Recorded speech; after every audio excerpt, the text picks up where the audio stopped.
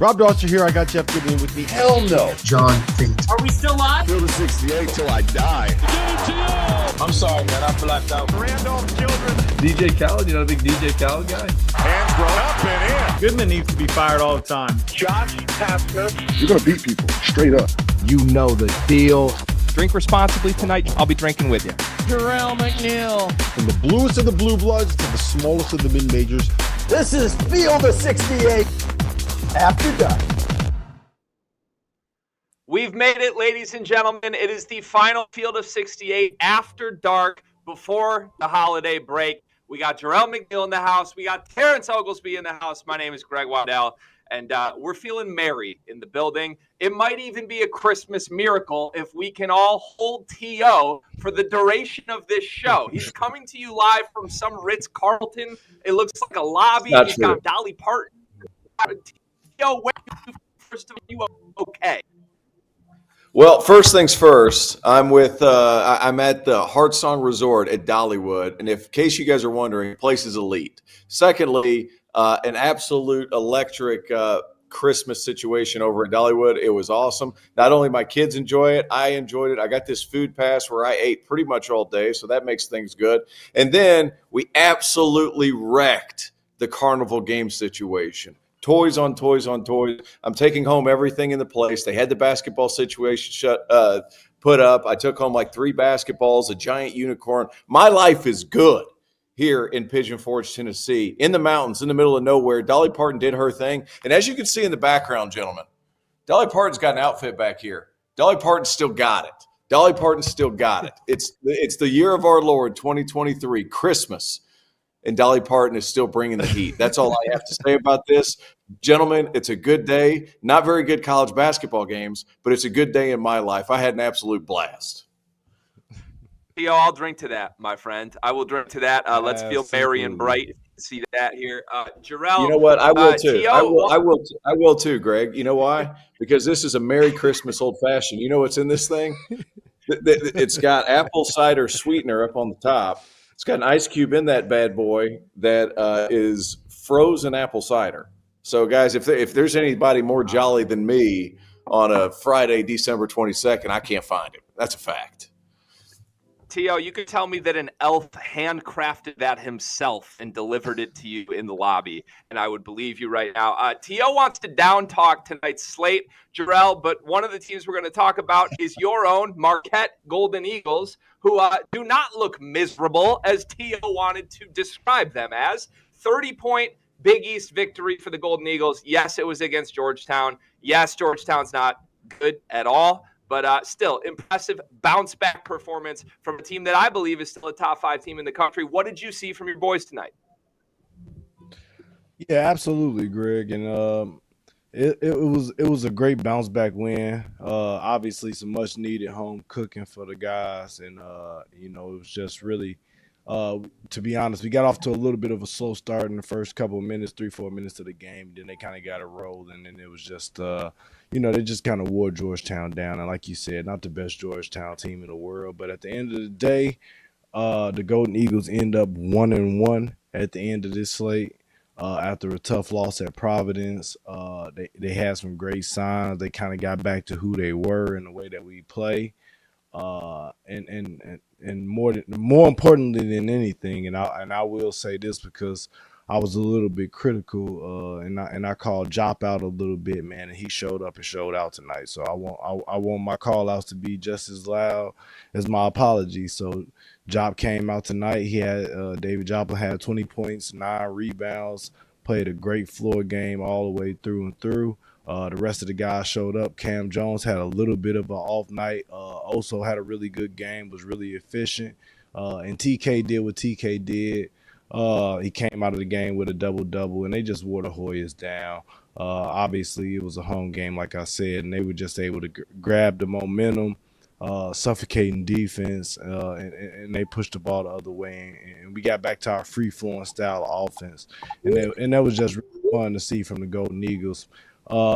These guys are going to be in for a long fight this Big East season, and I'm not taking any wins for granted. So shout out to Marquette. Shout out to the guys. Big win. We 1-1. Let's get this thing back rolling. Impressive stuff. T.O., what'd you see? No, I thought it was unique that, Shaq can go out. He'll call you out if you're not playing well. And to be honest with you, David Joplin's been very hot and cold for me. He has always been a shot maker in crucial times for them, but it's doing the other things that were so important for Omax Prospero last season when Marquette won the Big East regular season. Now they need that do everything dirty guy on top of some of that shot making that he's able to provide. And when Shaka challenges somebody, you better respond or he'll find somebody that will. He specifically talked about the offensive glass. Joplin ends up with 3. Look, Georgetown very much in a rebuild. We understand all that. However, to be able to bounce back after losing at Providence, and Providence, hey guys, you want to talk about a tough place to play? It's probably one of the top 3 or 4 most electric atmospheres in college basketball today. Historically, there are some other ones. I get all that. But today, nobody brings it like the Friar Faithful. It's crazy. And for them to be able to rebound, come back, even against an outmanned Georgetown team, I think says a lot about their culture, their ability to bounce back. Look, Marquette's going to be at the top of the Big East again. It's just a matter of, are they going to have that guy alongside Oso Ighodaro who can go and get you 10 rebounds? And today, they got David Joplin who got him 9. I think it's an incredibly important piece. Yeah, and to that point, Ben Gold, also good minutes today, I thought. 18 minutes. He had 9 points. He bounced off the bench. That can become a more consistent thing for sure. You're buying Marquette stock. T.O., if we're going to talk about Jerel's team early in the show, we should probably talk about your team next. Clemson dropping 109 points tonight in a basketball game. Do you think this team should be the ACC favorite? I think they're right there. And I also feel a little bit bad for Grant Leonard, because my man at Queens University there in Charlotte, beautiful campus, by the way, right in the middle of Myers Park, bunch of multi-million-dollar homes right there surrounding that campus. So if you haven't seen Queens, it's a pretty unique situation. However, I'm not mad at Queens taking a couple of lumps. You know why? Because when I was a coach at Carson Newman, they beat the brakes off of everybody. And now they get their brakes beaten in a little bit. I'm okay with that. All of that being said, Clemson's still very good. Have so many different pieces. I can't remember the last time a Brad Brownell coached team ended up with 103. I don't care who it's against, but you have to have firepower to get to 100. So we're going to throw that in there. We've talked about it and talked about it and talked about it. PJ Hall's an All-American at this point. If we were voting today, he's an All-American, and he's very well might be the ACC Player of the Year up to this day, December 22nd. They also have other guys. Chase Hunter hasn't really found his rhythm yet. You're still kind of coming along there. And then Joe Girard has been a seamless fit. They needed a shot maker at the end of the clock. Joe Girard has certainly provided that. And Chauncey Wiggins is probably their best NBA prospect at playing the 3 at 6'10". This team has size. They can rebound. They defend. And now they also have shot making, which is something that at times has lacked at Clemson. But this season, it's certainly different. Are they the favorite? Could be. Very well could be at this point in the year. Girard's one of my favorite transfer stories of the year. Obviously, an interconference guy, that's always a complicated move. But sometimes it works, sometimes it doesn't. And I've always been a fan of his game from far. You know, I like my shooters. Seeing him fit seamlessly in with a team that had the infrastructure, but so clearly lacked the skill set that he could bring in a very specific high-profile role. It's been a seamless fit. Jerel, that was a pretty hard sales pitch from T.O., clearly, for his boys. I'm just going to lump them in with 2 teams. Not even the entire ACC, Jerel, just Duke and North Carolina. Are you taking Clemson over either of those teams right now? You know what? Just based off the body of work, you could, but me just looking at the game, kind of inside the game, I will still say they're probably a step behind both. Obviously, Duke. That's wild. They're gonna get Proctor back at some point here soon. And they've still been keeping the ship afloat. And like I said, I still think they're probably the deepest team in the country.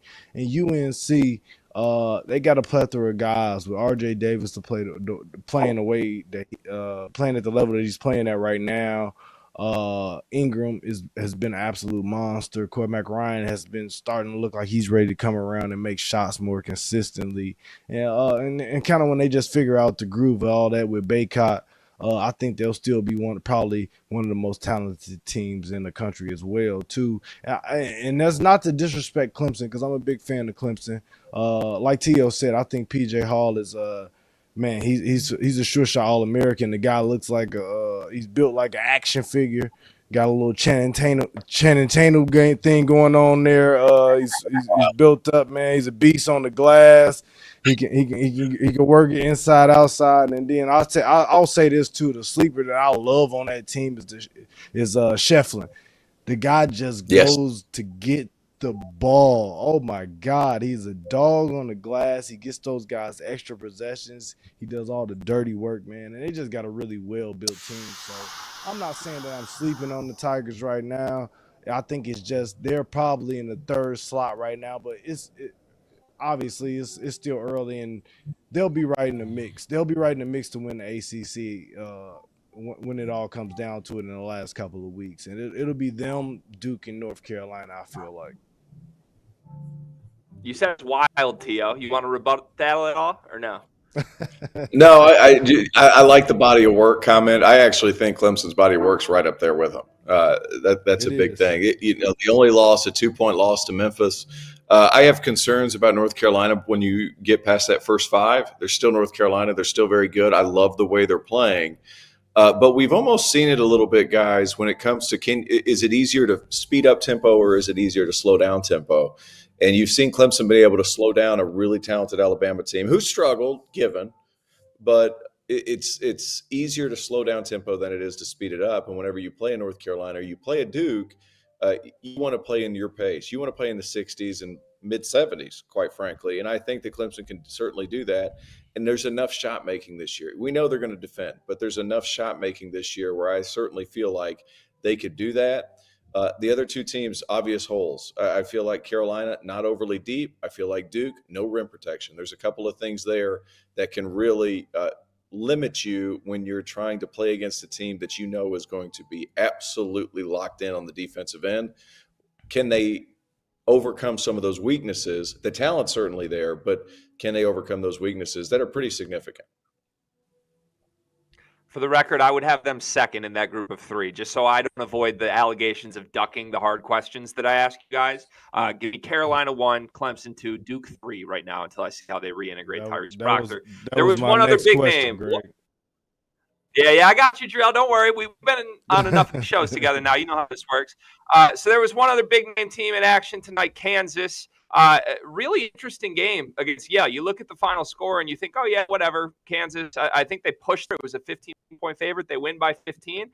Kansas was trailing this game at halftime. They were trailing by double digits late in the first half. Really turned it on late. Kevin McCullough, 34 points. He's insane this year, Jerel. Where did this come from with McCullough? Man, he's an absolute beast, and he's a grown man. And I said something I think on the last Jerel, he's your age. He's your age, yeah. Jerel. That's the problem. Oh God, yeah. But look, he's playing like it shit. He's playing like it because look, that guy's going to the foul line at least 10 times a game, and he's putting his head down. He's putting his chest in people's stomach or chest, and he's going to get it. And to be honest with you, they needed it tonight. They were in a little bit of trouble early on. I flipped over to that game just to check it out and see how it went. And no sooner than when I changed over, it was kind of the Kansas ritual. They went on like a streak there in the second half. I would say the last 4 minutes going into the 10-minute mark, so probably like 14 minutes on the clock, and they just cut off the water for Yale. They stopped letting them score easily. They took away all their easy looks, and they just start shutting them down. They start getting turnover stops, rebounds, and then they start running back the other way. And it was a foul or a bucket every other time. And they were able to just regain control of that game and kind of get out of there with a win. But shout out to Yale because they came to play and they were competing, man. That was a game that Kansas was down early for sure, and it looked like it was a little bit in doubt. So Kansas 11-1 on the season now, but they've fallen to 15th. T.O. They've fallen to 15th according to KenPom.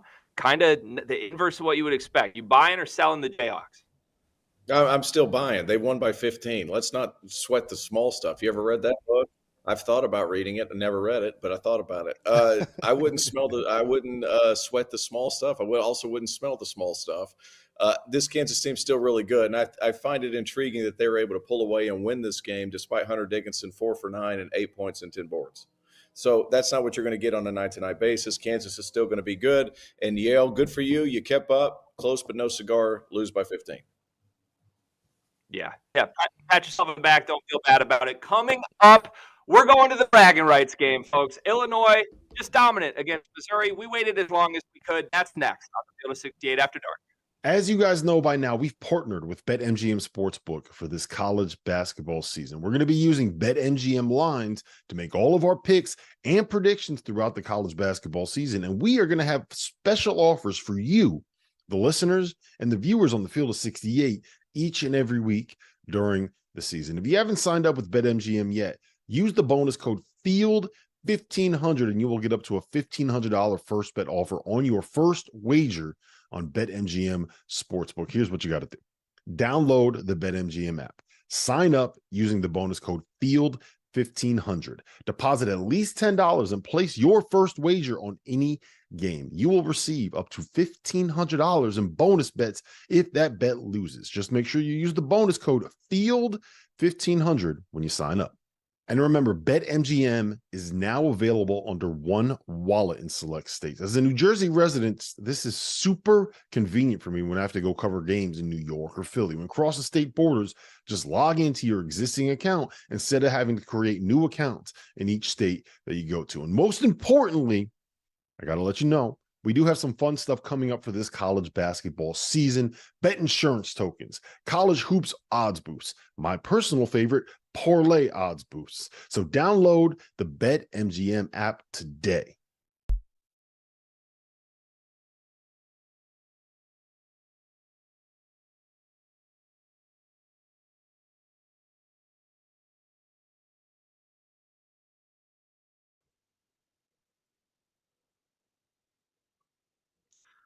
Welcome back to the Field of 68 After Dark. Ladies and gentlemen, it's time to talk some bragging rights. Jerel McNeal is here. Terrence Oglesby is here. My name is Greg Waddell. And we literally were going to the show with this. You know what? Illinois beating Missouri so bad, the game dragged out a little bit. And we had to wait until the second segment of the show. We had to wait an entire commercial break just to speak on the fact that right now, Illinois is up 25 points with a minute and 19 seconds left in this game. Terrence Shannon, 30 points. Quincy Guerrier, 28 points. Coleman Hawkins, 15-7-3. Marcus Damask, 10-6-6. Everywhere you look, every Illinois player went off in this game. And T.O., I, for one, as the Big Ten spokesman on this show, am impressed with our Illini. What'd you see tonight? You should be impressed. But I also saw an Illini team that was really good. And here's the deal. Quincy Guerrier going 5 for 8 from 3 is something we haven't seen. And I'm not saying he can't do it because I've seen him have hot games from time to time, but it's a matter of him doing it consistently. If he's able to do this, Greg, my goodness, Purdue might have somebody to talk to because Illinois has a lot of different switchable bodies on that roster. Robbie Hummel talked about it today. Like they usually play drop coverage. They do a lot of different things as far as defense is concerned. They don't switch everything, but they could. And Coleman Hawkins can kind of just range around the perimeter and just find ways to be a weak side shot blocker. This Illinois team, my goodness, I was worried about point guard play. Ty Rodgers has been more than capable as far as that's concerned. And here's the deal. I don't think they beat Purdue throughout the course of the season, but I think on a given night, if they're able to meet them at the Big Ten championship, they could win because they have individual playmaking, and individual playmaking can take over the course of a game. They have Coleman Hawkins that can pull Zach Edey out a little bit. Missouri's not a challenge. I think the first year under Dennis Gates was a good one. I think they're an NIT team this year. That all being said, still really impressed. And quite frankly, Greg, in a year where the Big Ten has needed a little bit of help getting any kind of publicity, any type of good publicity, this has been a breath of fresh air to see a team so dominant against an SEC team. Oh, 100%. Like when we're in trouble, we call Daddy Brad in these parts, T.O. That's what we do, okay? And look, he had a different situation last year. That team last year was not short on talent. The team was short on some winning habits in a lot of ways. The team had a little more I than a little more we. And I think he got rid of a couple of those guys. And I think he brought in some guys that are really veteran players that really just want to be a part of a winning team and don't care if they're the fifth leading scorer any given night. It helps that they've got game. It helps that Marcus Damask can go be the best player against Florida Atlantic. It helps that Coleman Hawkins and Terrence Shannon are still who they are. But you're seeing the guys they brought in emerge. You're seeing Brad really settle into a rotation that, as deep and as talented as this team is, he knows the guys that are going to play 30 minutes every night now. And I think that makes them so much more dangerous than they were a year ago. Jerel, it's time. If I need to be humbled on my Illini hype right now, please do it.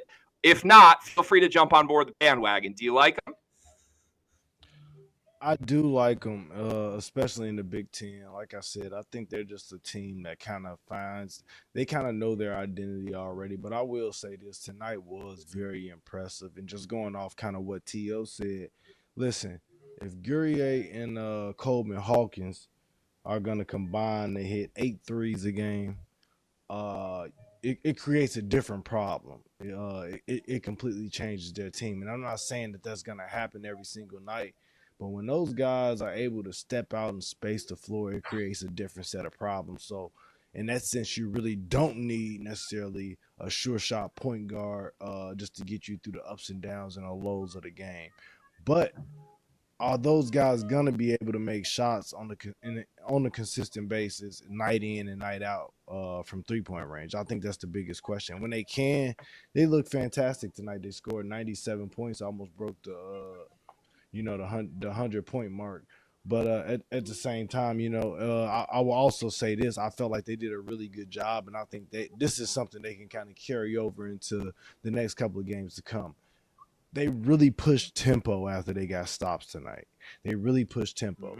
So that in itself really kind of solves an issue that they have right now with just playmaking and point guard or whatever it may be, is that because they are a good defensive team, and I think that's what they're going to lay. They're kind of going to hang their hat on anyway, is that we're going to be able to stop people, carve out rebounds, and go down the other side of the court. So if you're going to do that, I felt like they did a really great job tonight against a team against Missouri who likes to get up and pressure and, kind of speed the game up a little bit. But they did a good job of that tonight of just playing downhill, and they got one of the best and really the most explosive and athletic guards in Terrence Shannon.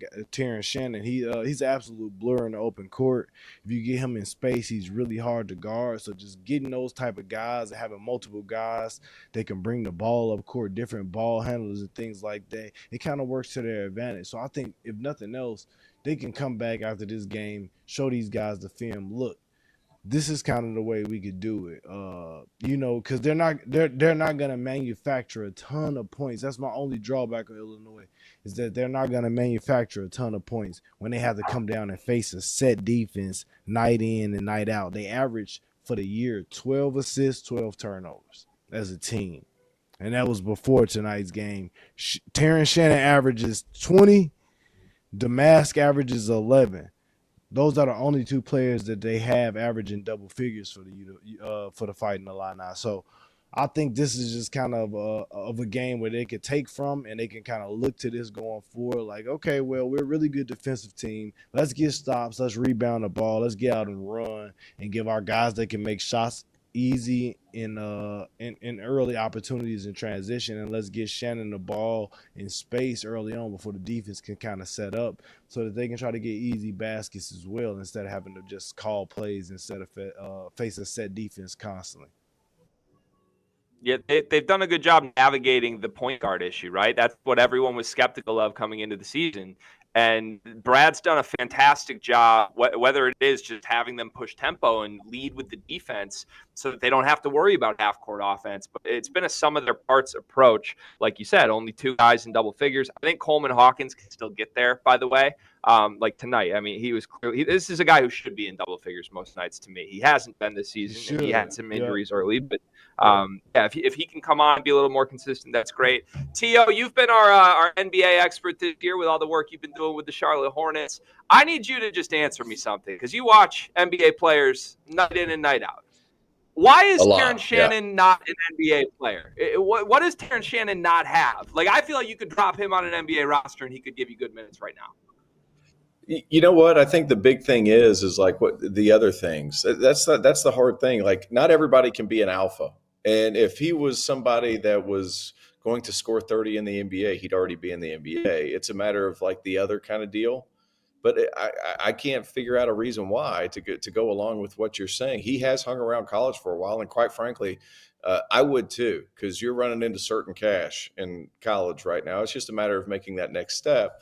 And he does everything that you would need to do. I'm pulling up his stats right now. It's going to take me a second, but he's shooting 42% from three. If that continues, he's going to be fine. He has that size, 6'6", 225. He does all those things that you would want somebody to do. He's been able to create his own looks at times, which we all know shot creation at the NBA level is something different. Like, you have to be able to do that at the end of the clock with it only being 24 seconds. If you get stuck with the ball, what can you create? He's shown the ability to be able to create some of those things. The only thing working against him at this point, guys, he's old. That's really what it comes down to. I don't know. He's listed as a senior. He's old. It's not sexy to be old at this point. You got to be 19 years old, 20 years old to be able to, creep in the lottery unless you just have one of these outstanding 25, 30-point-a-game years. It's just a matter of, this guy can score it. He can shoot it. If he's shooting 42% from three, guys, I can't find a hole in the game right now. No, I agree. I wholeheartedly agree, T.O., and I think that was the only thing that he was kind of missing going out, because I think he did enter last year, right, and put his name in the draft and did like the combine and everything, but the 3-point percentage wasn't there with it just being such a stretch the floor league. And number two, I'll say this, just with him having a ball in his hand so much, just him being able to see and make rotational passes consistently. And I think he has improved on that a little bit this year, just being able to see that guy in the court. And, because he's a guy that gets downhill. He's athletic. He can finish at the rim. So when he draws two, if he continues to show that he can let it go and he sees that guy in the corner, he sees that guy on the wing, he sees the early kick out, I think he'll be fine. And either way, man, he's a really good player. He'll make a ton of money playing professionally for some years to come. And here's another thing too, Greg. If you look at the way college basketball's gone and some of the late first round and early second round picks over the past few seasons, the way the collective bargaining agreement is heading, you're going to have two superstar players and you got to have a bunch of dudes that are low paid. And into first round picks and early second round guys, they provide tremendous value. Look, last year I'm just going to say Hunter Tyson gets picked, 35th, and it ends up being the highest paid player in the second round at 4 years, $8 million, because those guys provide value, and there's not as much guesswork with some of these older players. So it's a little bit more of a proven commodity. So I think for Terrence Shannon, this could actually work in his favor to be able to, show that he can produce consistently. If he's able to shoot the ball consistently for the duration of the year, he's only 27 of 65 from three this year. You got to be able to continue that through Big Ten play. That's going to be huge. But it certainly helps whenever you've proven you can produce. And I think there's more value being placed on those type of players, those older players at the end of the first round and early part of the second. Some team is going to scoop him up and just be ecstatic with what they find. And look, now the winner is Brad Underwood, an Illinois fan, because an extra year of Terrence has been incredible. I think he's been a top 5 player in the country. T.O. alluded to this. We're going to speed round this, but you alluded to the fact that Illinois could potentially challenge Purdue. I'm going to throw this to Jerel. Does Illinois have a serious chance to win this conference, yes or no? Right now, I say no. I don't think anybody has a serious chance to win this conference outside of Purdue. but Producer listen, Trevor's booing in the background for those at home right now. Yeah, and you throw Edie in the middle of the paint at that basket. They don't have a whole lot of bodies to throw at them. They don't have really anybody that can guard them and check them. They're going to have to double them. They're going to have to leave those other guys open for open shots. And to be honest, Purdue's just they have a team that can make shots at a higher rate than Illinois right now. So I just feel like it plays kind of into Purdue hands. Illinois is a good defensive team, but that's a whole different set of problems when you come up to Zach Edey. So. What do I think? I think in a one-game sample size they can do it. Yeah, I think in a one-game sample Hip-hop, size, gentlemen. No more one-game sample size, gentlemen. I'm saying it right now. Illinois is right there with Purdue. They can win this league. I saw this team storm into Mackey and give them hell for 39 minutes before folding. ILL, Daddy Brad got the boys right. Campaign, stand up. It's Illinois in the house. And coming up on After Dark, we're going to talk about how Maryland gave UCLA the business, too. That's next.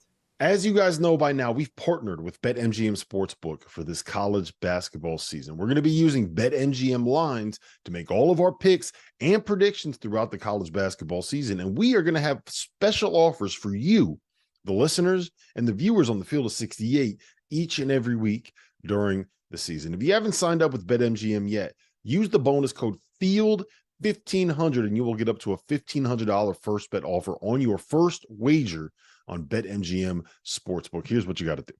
Download the BetMGM app. Sign up using the bonus code FIELD1500. Deposit at least $10 and place your first wager on any game. You will receive up to $1,500 in bonus bets if that bet loses. Just make sure you use the bonus code FIELD1500 when you sign up.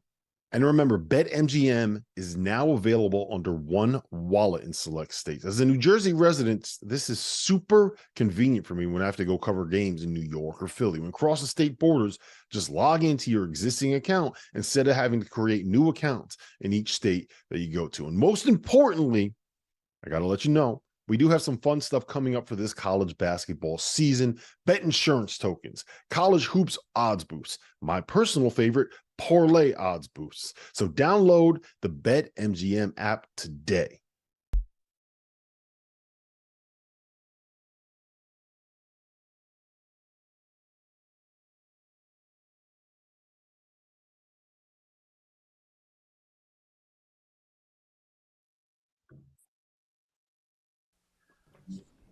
We are back. It's the Field of 68 After Dark holiday extraordinaire, ladies and gentlemen. I hope that you're cozied up. I hope you just got your slippers on. I hope you're by the fireplace. Pour yourselves a refill, ladies and gentlemen. Terrence Oglesby is in the house. We got Jerel McNeal in the house. My name is Greg Waddell. From one Big Ten team that looked great tonight to another Big Ten team that looked good tonight. I'll be honest about it. Not great. We'll save great for teams that beat their rivals by 30. Maryland, though, earns a big road win at UCLA. I think this UCLA team has very serious questions right now, but anytime you can get 37 points on 13 for 19 shooting from Jahmir Young, I think you're feeling pretty good about your Terps. Isn't that right, T.O.? Yeah, I think you are, but let's keep in mind that UCLA team is young, and I'm not sure if I'm more impressed with that or the fact that, UCLA was able to at least hang around in the second half. That's an incredibly young team, and both teams struggling to score. And then on top of that, you get a big game from Jahmir Young. Hopefully that manufactures some confidence for not only him but for the rest of that squad. Kevin Willard, think about this, Greg. That's a conference game next year. Maryland, UCLA. You tell me how that makes sense. I'm still trying to figure all this nonsense out. But no, it's this UCLA team. They're bound for problems. This is going to be a hard year in Los Angeles. Mick Cronin, they're going to take some lumps. But I think next year and the year after, UCLA, if they can hold on to guys, and we all know that's difficult. If they can hold on to guys, UCLA is going to be a problem. It's just a matter of kind of getting these guys to play together quicker. And I'm going to be honest, with so many European guys coming in and coming from overseas, it's a huge adjustment. The college game is much more physical. It's fast-paced. It's much uglier. You don't necessarily rely on the right reads. You rely on a guy that can make some shots. So there's a lot of differences with this game, and you're relying on a lot of young pieces. I think UCLA is in trouble this year. I think it's going to be kind of a tough season all around. And Mick talked about, well, do I want some older transfers? Sure, we all do, but they went elsewhere. Well, now you're dealing with a bunch of European freshmen that are having a hard time kind of adjusting to American college game. And while they are very skilled, that physicality is different. That speed is different. And Maryland brought the rugged today, and it was difficult for UCLA to keep up with. Jerel, I want to take you back to November 20th to be exact. UCLA in the Maui Invitational is taking on your Marquette Golden Eagles. That was a 2-point ball game. I mean, Marquette emerges victorious in the game, but Marquette to me is a top 5 team in the country, as I said earlier in the show. UCLA then played Chaminade, blew them out, played Gonzaga, another team I think is a very good basketball team, lost by 4 points. Like, I'm watching UCLA in their current form and the struggles they've had in the last 10 days. I just have this faint memory of how competitive they were with some of the best teams in the country in the Maui Invitational. What happened from then to now? I'll tell you what, they looked a hell of a lot better than they do now out in Maui. And you know, with those tournaments, you never really get a full feel. I'm not sure if it was just the atmosphere, that it was a tournament, you know, kind of the feast week thing. But you know, they look like a lot more competitive team than they are right now. And obviously, just going off what Mick Cronin does, and I'll say this, they still are statistically wise the best defensive team in the Pac-12. And they're holding opponents to 61 points a game. So that's kind of the thing that they hang their hat on. But right now, like T.O. said, they're young. They're young, and they got a full slate EuroLeague roster over there with a ton of guys from all over the place: France, Turkey, Spain, and that causes for an adjustment period. And this is coming from somebody who's did it the other way, you know, coming from over here to going over there. It takes time to adjust and get yourself settled in and feel comfortable before you can start focusing on the main thing, which is kind of the games in basketball. But right now, for UCLA, kind of the only bright spot that I will say to them, and I'll send a major shout out to him, has been Sebastian Mack. He's a freshman guard, and he's been dynamite for them. And obviously, I think he's going to be a guy that they kind of have in the fold with some of those other guys who are going to eventually figure it out and come along and get comfortable and realize just how really good of a situation that they have it in, that they have there in UCLA, and they'll come along as well. And I'm sure Mick Cronin and those guys will do the job on the recruiting trail or the transfer portal to get some other pieces around them. But that kid's going to be really good going forward. He's got good DNA. He's a Chicago kid as well too. Dad, Sam Mack, who spent some time playing in the NBA as well too. So, you know, he's got a really good lineage. But I've seen a lot out of him early on. But Maryland took it to him tonight. They got an early lead. They got after it, and Jameer Young was dynamite. I think he started off 7 for 8 from the field. He made like his first 4 threes or something like that. And he never looked back en route to a 37-point night. But let's not be mistaken, it wasn't a whole lot of help after that. So it took every bit of that, and UCLA made a little bit of a run there at the end as I'm sitting here watching the TV. So, you know, I think it's going to be a lot more tough sledding for UCLA. But Maryland got a good one. I'm sure a feel-good win tonight on the road. So the good thing is they play Oregon State next. So it's at least like they'll be able to get their bearings about them, because hey, look, they've lost 4 in a row. Yeah, they've lost 4 in a row. That's 30. They play at a snail's pace. Like, let's not forget, like, UCLA's always had talent. Even last year, in the last 3-4 years, like they've always had talent, and they still played slow. So that's going to affect and skew some of their defensive numbers. But it's a team that's struggling to score, and it's a team that's struggling with physicality and finding consistent options offensively. Adam Bona, and he's an Amari Stoudemire comparison, but he's not there skill-wise. Amari could step out and shoot it 15 to 18 feet. Bona's not doing that right now, and they just don't have enough. They need to hit the transfer portal. They need to get a couple of older guys, and it's tough for them right now. And I think the young kid, the Spanish kid, Ade Mara, like, he's not going to hang around long enough, but his best basketball is going to be wherever he's extending the defense out, wherever he's hitting backdoor cutters. He's doing a lot more things with a much more open floor. So he's going to be a better NBA player than he is a college player right now. College is brute force and physicality and athleticism. When you get to the pros and you're that big, you have to have those things, and those things will catch up, but they'll catch up to him when he's 26. Mick Cronin's not going to see him when he's 26. So, like, his best game is way out in front of him, and thank God they play Oregon State next. Stefanovic is really struggling as well, too. He's shooting the overall 35% from the field, and this is a guy that they kind of were looking to rely on to make shots consistently for them offensively. So that's a big part of it too. And this is coming from me. I've seen him the last couple of years. The kid can shoot. I know he can shoot. I don't know what's going on with him right now, but he's just in a little bit of a rut. But he'll be better at some point, so that'll help him out a lot more. Just giving those guys another guy that they can depend on to consistently make shots throughout the course of games. So.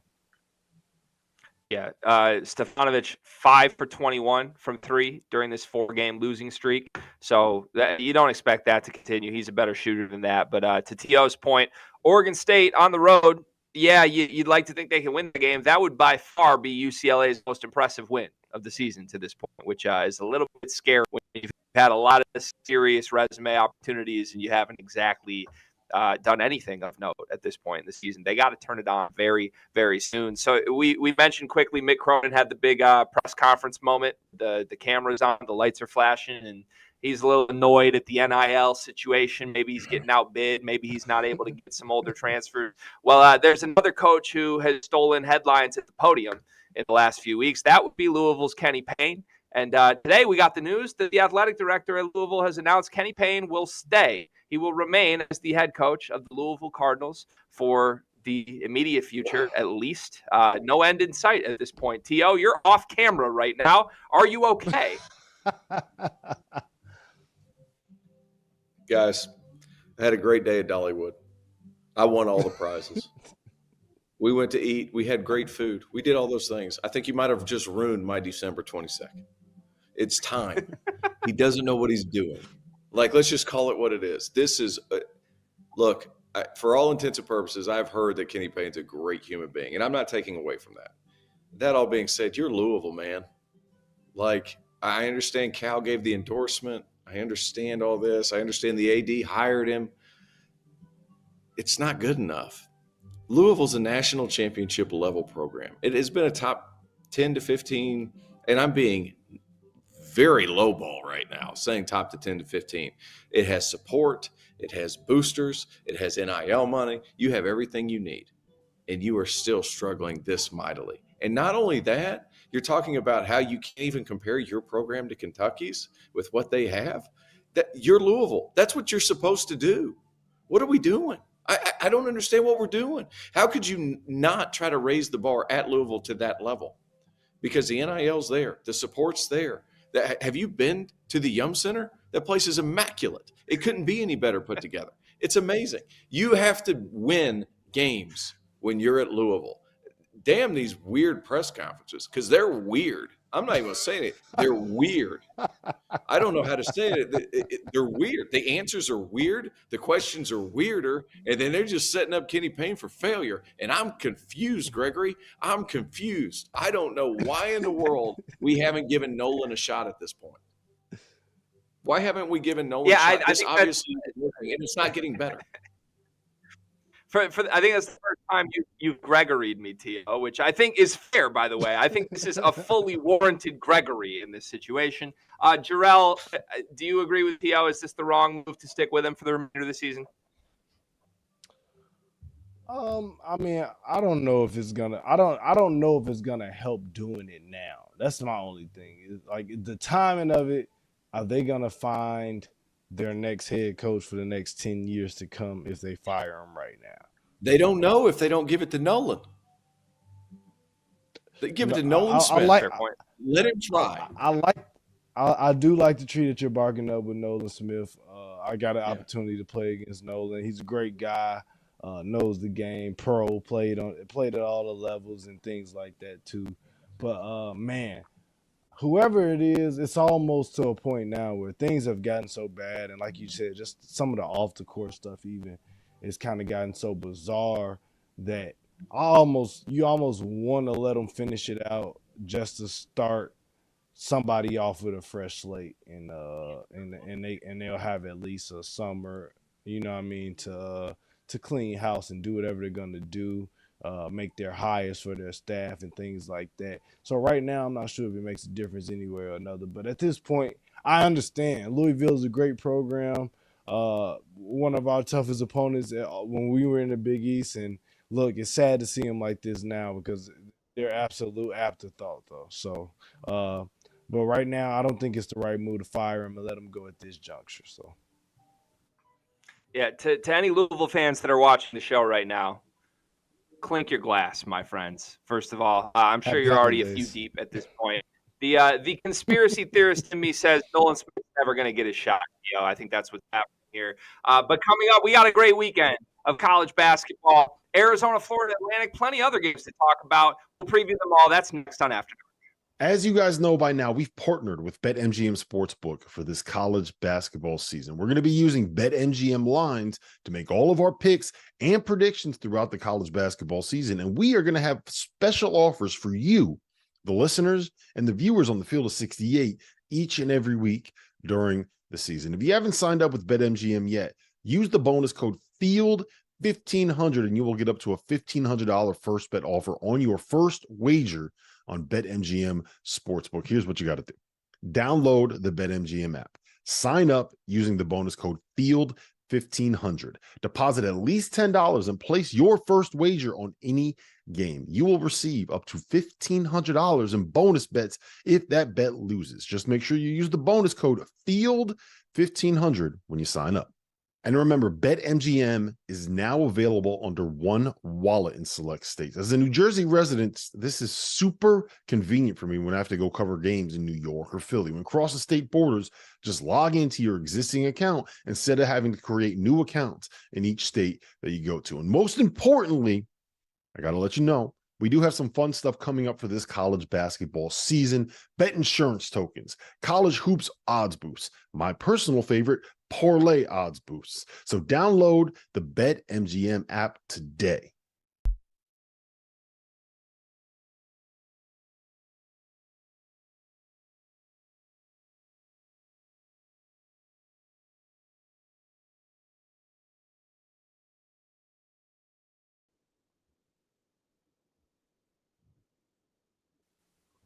It's the fourth quarter of the Field of 68 After Dark. 3 days for Christmas holiday spirit. Jerel McNeal, Terrence Oglesby is here. My name is Greg Waddell. And we are about to preview this weekend's slate in college basketball. You may think, oh, well, it's a holiday weekend, not much to look forward to.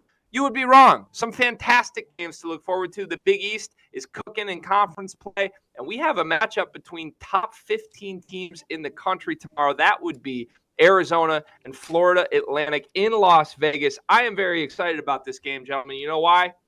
Well, that's because I have a pick for this game, and that means it's time to talk about Vaulted. Vaulted is an app that allows you to participate in daily cash prize pools without an entry fee. It's the place to store your own bold predictions forever. And by using the Vaulted Challenge feature, you can prove that you're smarter than your friends. So go download the Vaulted app. Give it a try for free. Vaulted is spelled VLTED, and it is the app to challenge your friends, store your predictions, and join daily cash prize pools without any entry fee whatsoever. Download Vaulted today.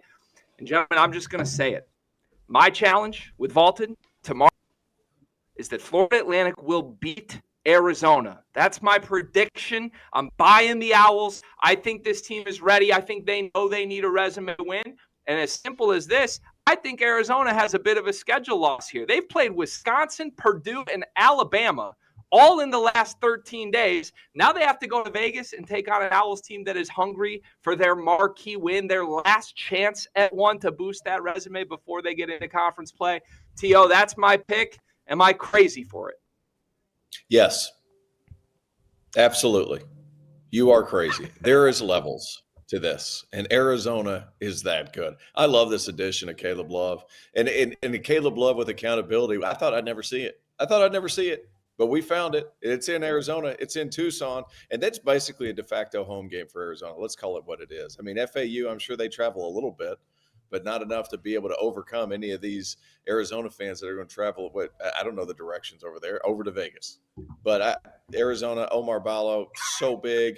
Keyshawn Johnson, love that guy. They have so many weapons. And Arizona, just because those pieces fit and they can throw multiple bodies at you with consistency. I think that's the most impressive thing about the whole ordeal is the fact that you get Caleb Love. He could have a great game. And his great games are 25, 30 points. Colin Boswell has been lights out. Pele Larson was great last game in his role, one of the best defenders in college basketball.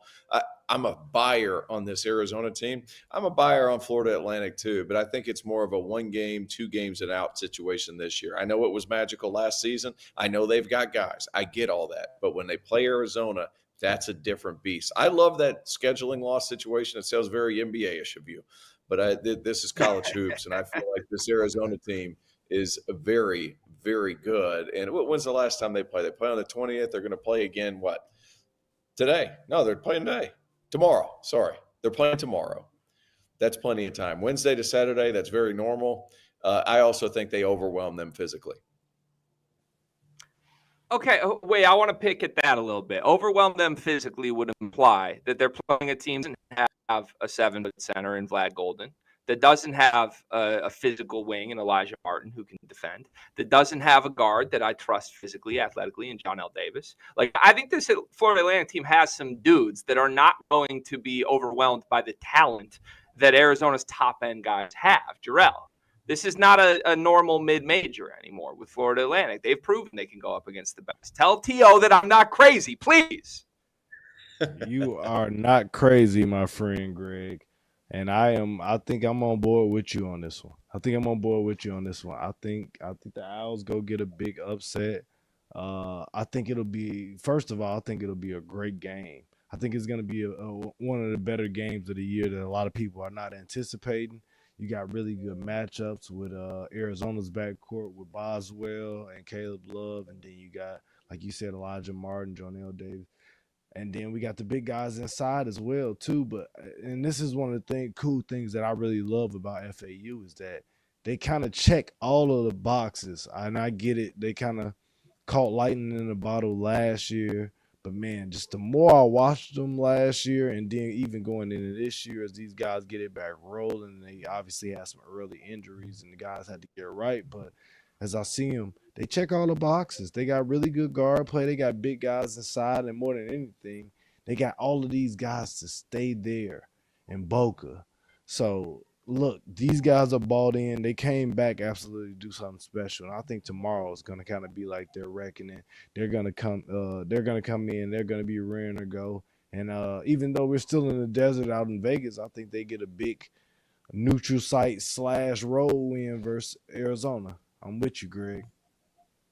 Theo, let's be honest, too. You mentioned Caleb Love and how he's gone back and forth on the trust spectrum with you. You know they're spending the night in Las Vegas before this game. Are we sure that we trust Caleb Love in that scenario? Hey, I haven't heard anything about Caleb Love off the floor, so I'm going to stay with the trust factor. I'm going there. Okay. I don't mean to throw any allegations out there. He's my first team all Vegas on paper. I'll just say that, okay? I got other names for you if you need them, but I just circled that one. All right. Stay away from the cards that they hand out. They hand those cards out. Stay away from them. He knows what I'm saying, okay? This ain't Dollywood, Theo. Let's move to the Big East where we have a couple conference games. The one I'm most excited for, UConn, attempting to bounce back the Seton Hall game where, look, people can say as much as they want about concerns with UConn. To me, the story with UConn is Donovan Clingan. Is he healthy or is he not? If he's not, this is a totally different team. I thought the game against Seton Hall swung completely in a negative direction as soon as he exited the game. And it sounds like we don't expect him to be available for Rick Pitino's Johnnies. This is in stores. This is a home game, but St. John's has talent, Jerel. Can they make this interesting? I think it'll be a little bit more interesting than it would be if Clingan was playing. Obviously, they're going to have to find somebody to kind of match up with Soriano inside, and he'll probably have a big day.